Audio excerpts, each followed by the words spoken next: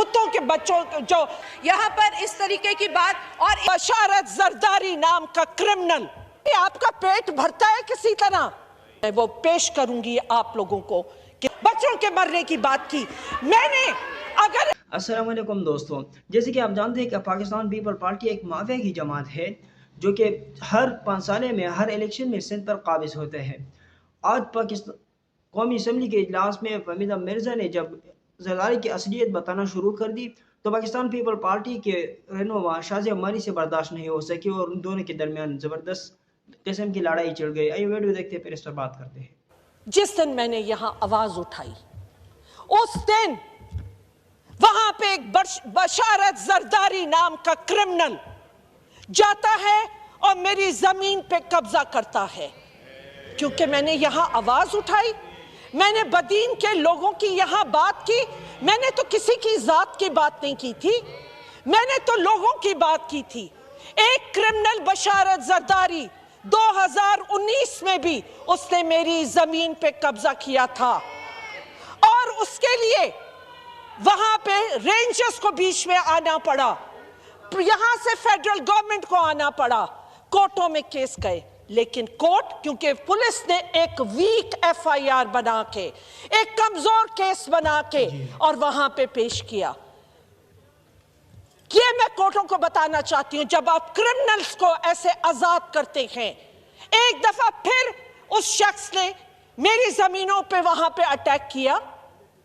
भाई, आपका पेट भरता है किसी तरह?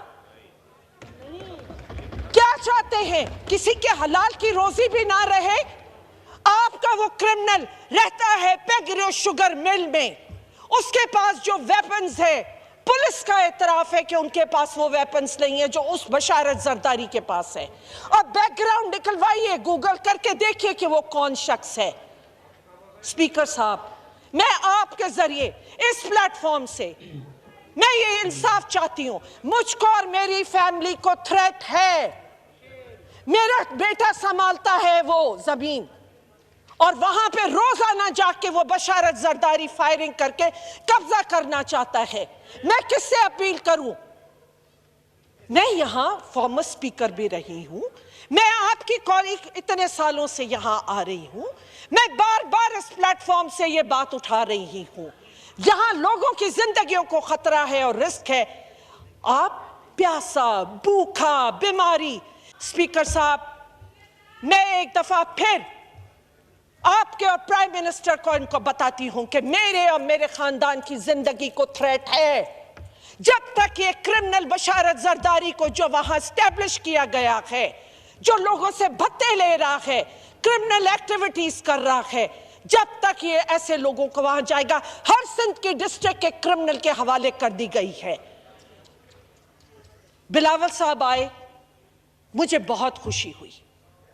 बिलावल साहब ने वहां पे लोगों ने शोर मचाया पानी का। मुझे बहुत खुशी हुई कि उस पे कहा गया कि मिनिस्टर इसका जवाब दे और नहीं जवाब देगा तो उसको निकाला जाएगा। मैं, क्योंकि उनकी वो वीडियो चली है और उन्होंने कहा है, मैं चाहूंगी वो यहां भी ये कमिटमेंट दें। अगर उन्होंने चोरी करवाई है और ये 19 इलीगल कनेक्शन निकलवाए हैं, दिए हैं, इलेक्शन की वायोलेशन की है, तो वो उस मिनिस्टर के ऊपर क्या एक्शन लेंगे जो सारे खाटी के पैसे खा गया? मैं जानना चाहती हूं कि उस मिनिस्टर के ऊपर क्या एक्शन लेंगे जो उन्होंने वादा किया आके बदीन में। स्पीकर साहब, आखिर में, क्योंकि मैं वो पेश करूंगी आप लोगों को कि जो इलेक्शन किस तरह होती है सिंध में, और मैं एक्शन चाहूंगी ऐसे क्रिमिनल्स पे जो आके फायरिंग करके और लोगों की जमीनों पे कब्जे कर रहे हैं। पर आज भी कोई जाती सियासत करता है। सर, 600 वोट लेकर अगर आपकी सियासत नाकाम हुई तो वो पाकिस्तान पीपल्स पार्टी की वजह से नहीं हुई है। पाकिस्तान पीपल्स पार्टी ने खिदमत की है। मैंने सांगड़ में इलेक्शन लड़ा है, मैंने वहां के बुत गिराए हैं और सिर्फ पीपल्स पार्टी के झंडा लहरा कर गिराए हैं। वहां पर हमने झूठे वादे नहीं किए हैं, हम लोगों के साथ खड़े हुए हैं। सैलाब हो, सैलाब हो, कहत हो, बारिश हो, कोई भी सिचुएशन हो, sir this is not the way I take exception to the behaviour. यहाँ पर इस तरीके की बात, और एक सर हमने ये नहीं चाहा था कि यहाँ आप इस अवामी इशू को एड्रेस करने के बजाय एक ऐसा माहौल क्रिएट करें जहाँ ज़ाती रंजिशें, ख़ानदानी मसाइल एक इस ऐवान के अंदर डिस्कस होना शुरू हो जाएं। यहाँ पर जो मिनिस्टर सूबाई हैं मौजूद नहीं हैं, उनके ऊपर जिस तरीके के गलत इल्ज़ामात लगाए गए वो नामुनासिब है। यहाँ मौजूद अगर ऑनरेबल बिलावल भुट्टो जरदारी साहब मौजूद नहीं हैं तो उनका नाम लेना भी नामुनासिब था। नहीं है, मैंने लाड़काना में कुत्तों के बच्चों के मरने की बात की। मैंने